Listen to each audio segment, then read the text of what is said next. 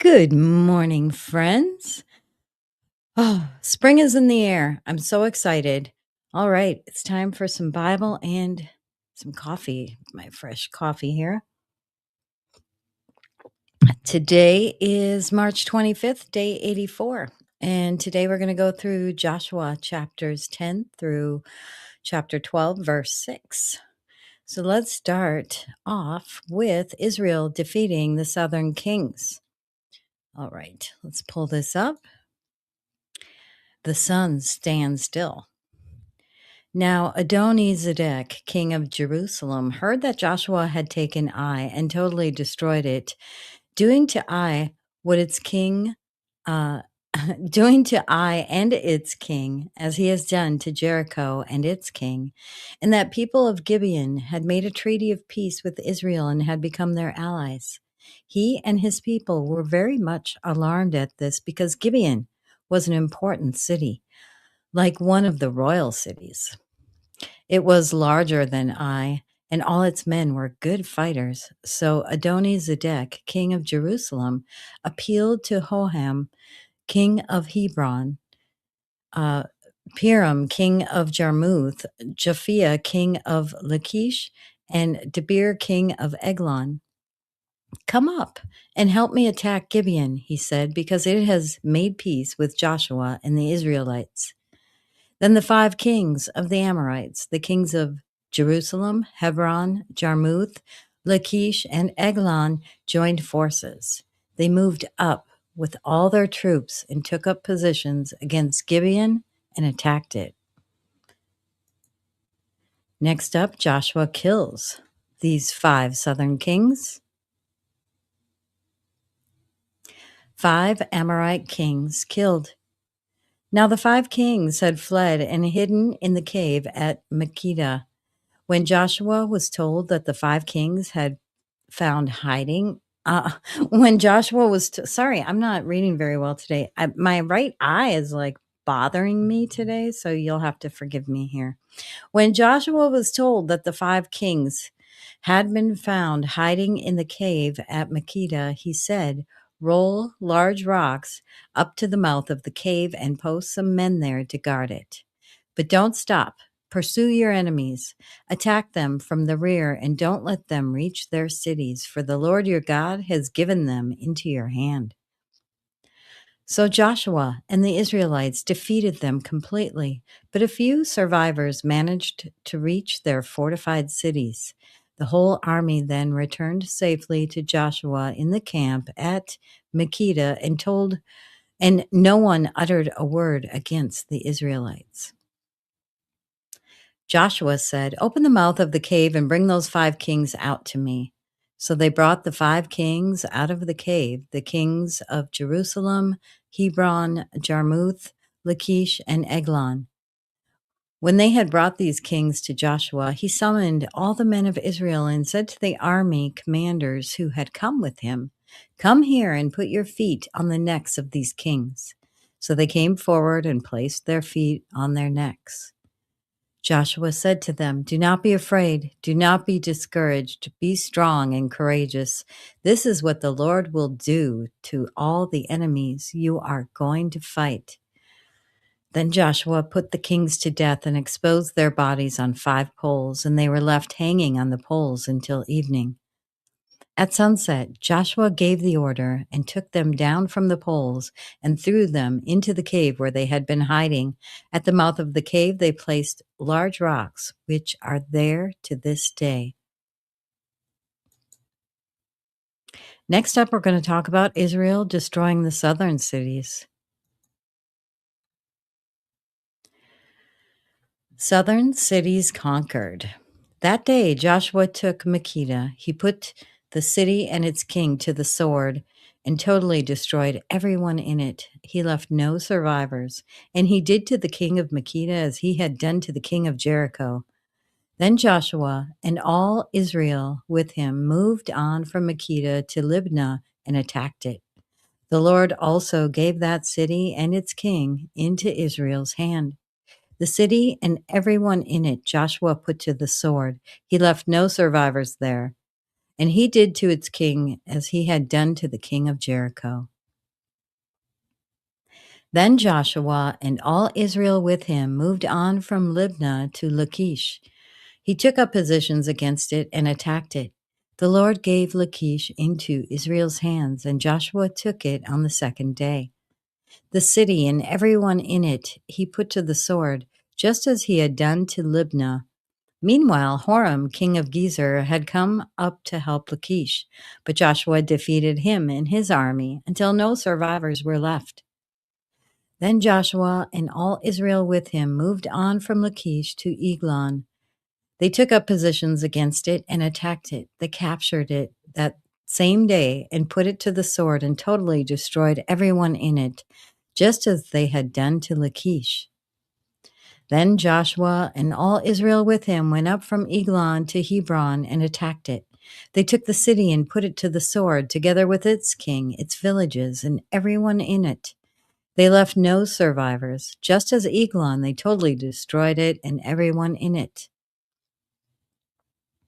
Then Joshua and all Israel with him turned around and attacked Debir. They took the city, its king and its villages, and put them to the sword. Everyone in it they totally destroyed. They left no survivors. They did to Debir and its king as they had done to Libnah and its king, and to Hebron, or Hebron. I might be pronouncing things wrong. So Joshua subdued the whole region, including the hill country, the Negev, the western foothills, and the mountain slopes, together with all their kings. He left no survivors. He totally destroyed all who breathed, just as the Lord, the God of Israel, had commanded. Joshua subdued them from Kadesh Barnea to Gaza, and from the whole region of Goshen to Gibeon. All these kings and their lands Joshua conquered in one campaign, because the Lord, the God of Israel, fought for Israel. Then Joshua returned with all Israel to the camp at Gilgal.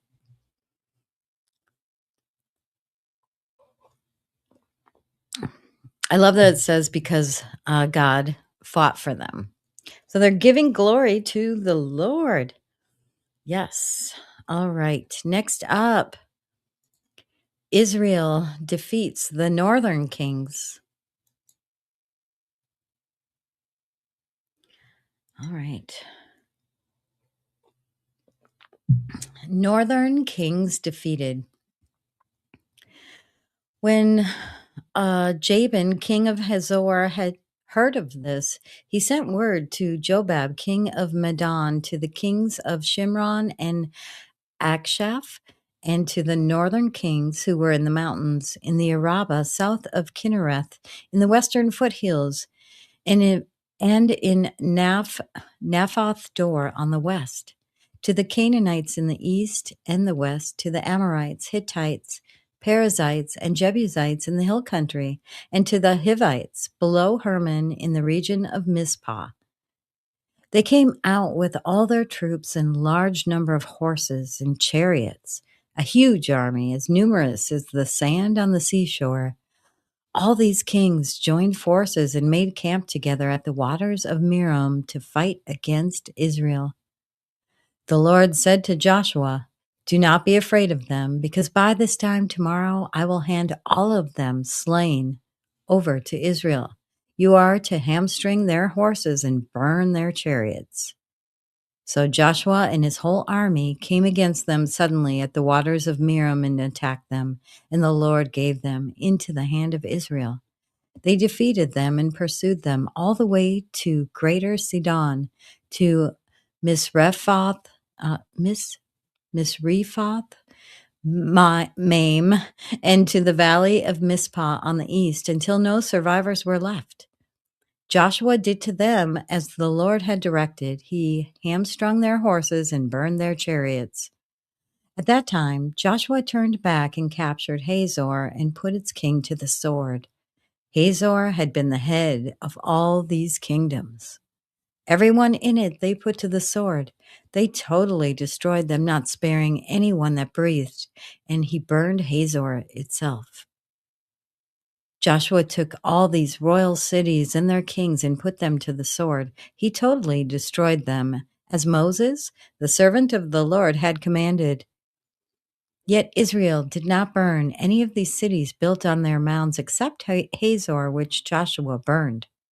The Israelites carried off for themselves all the plunder and livestock of these cities, but all the people they put to the sword until they completely destroyed them, not sparing anyone that breathed.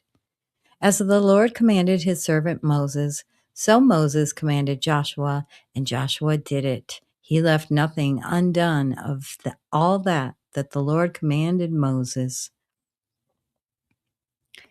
So Joshua took his entire land, the hill country. Not his entire land, sorry. So Joshua took this entire land, the hill country, all the Negev, the whole region of Goshen, the western foothills, the Arabah, and the mountains of Israel with their foothills, from Mount Halak, which rises toward Seir, to Baal Gad in the valley of Lebanon, below Mount Hermon. He captured all their kings and put them to death. Joshua waged war against all these kings for a long time, except for the Hivites living in Gibeon. Not one city made, except for the Hivites living in Gibeon, not one city made a treaty of peace with the Israelites, who took them all in battle. For it was the Lord himself who hardened their hearts to wage war against Israel, so that he might destroy them totally, exterminating them without mercy, as the Lord had commanded Moses. At that time, Joshua went and destroyed the Anakites from the hill country, from Hebron, Debir, and Anab, from all the hill country of Judah, and from all the hill country of Israel. Joshua totally destroyed them in their towns. No Anakites were left in Israelite territory.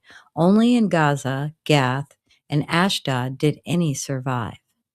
So Joshua took the entire land just as the Lord had directed Moses, and he gave it as an inheritance to Israel according to their tribal divisions. Then the land had rest from war. Next up, kings defeated east of the Jordan. List of defeated kings.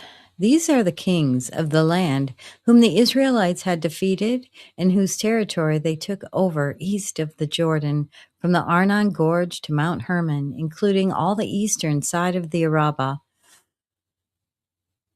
Sihon, king of the Amorites, who reigned in Heshbon. He ruled from Aroer on the rim of the Arnon Gorge, from the middle of the gorge to the Jabbok River, which is the border of the Ammonites.